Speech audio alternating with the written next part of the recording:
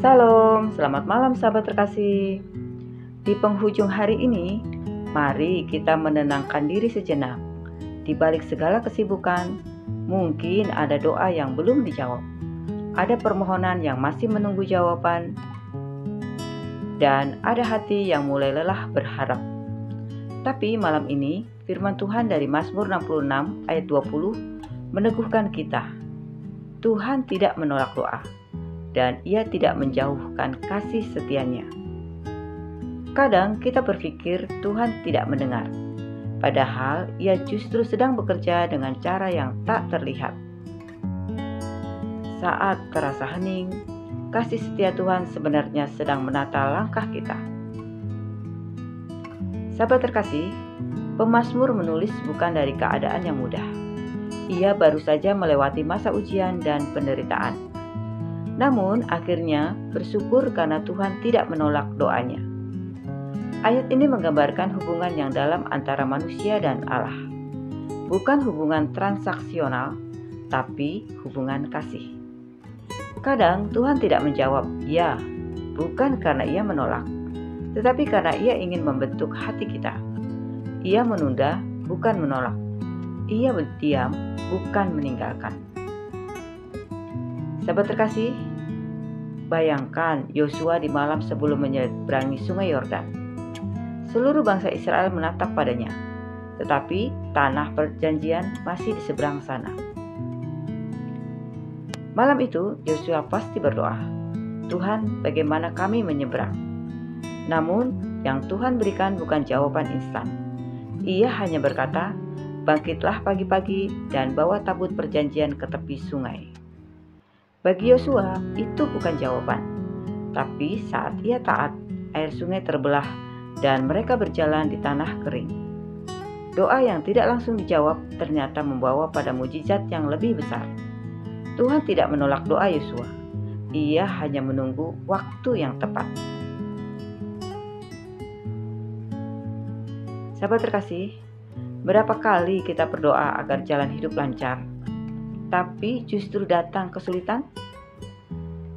Ayub juga pernah merasa di titik itu. Ia berdoa, menangis, dan bertanya, "Mengapa Tuhan?" Namun di akhir kisahnya, Ayub berkata, "Dahulu aku hanya mendengar tentang Engkau, tetapi sekarang mataku sendiri memandang Engkau." Doanya tidak sia-sia. Doanya tidak sia-sia, karena lewat penderitaan, Ayub mengenal Tuhan secara pribadi. Kadang Tuhan tidak mengubah situasi karena ia sedang mengubah hati kita. Sahabat terkasih, mungkin malam ini kita sudah terlalu lelah untuk berdoa lagi. Kita pernah berlutut, berharap, menunggu, tapi seolah tak ada jawaban. Mari kita renungkan dalam hati kita.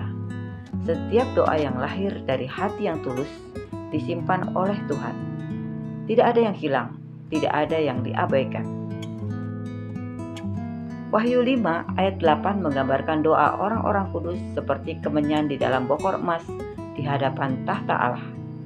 Artinya, setiap kata, setiap air mata, setiap napas doa kita menjadi aroma yang harum di hadapannya. Sahabat terkasih, pemazmur menutup dengan kalimat indah. Terpujilah Allah yang tidak menjauhkan kasih setianya.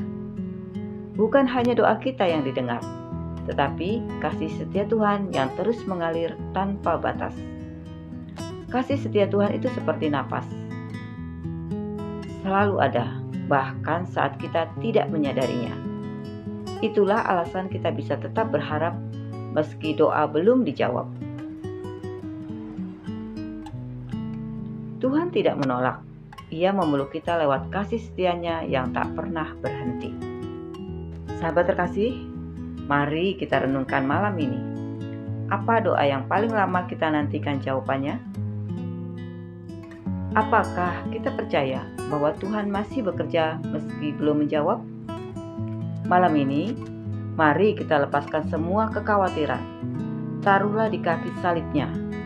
Biarlah kasih setia Tuhan menjadi tempat kita beristirahat, dan biarlah kedamaiannya menenangkan hati kita.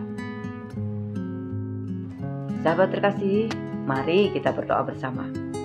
Bapa yang penuh kasih, terima kasih untuk malam yang telah Kau berikan.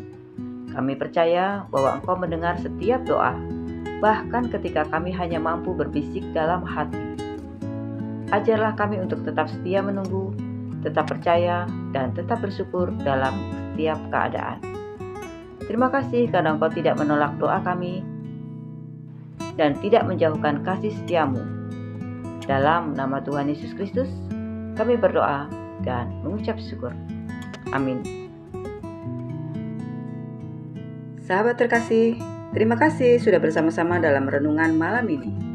Jika firman Tuhan ini menguatkanmu, jangan lupa untuk klik like, komen, share, dan subscribe ya, supaya semakin banyak orang dikuatkan oleh firman Tuhan.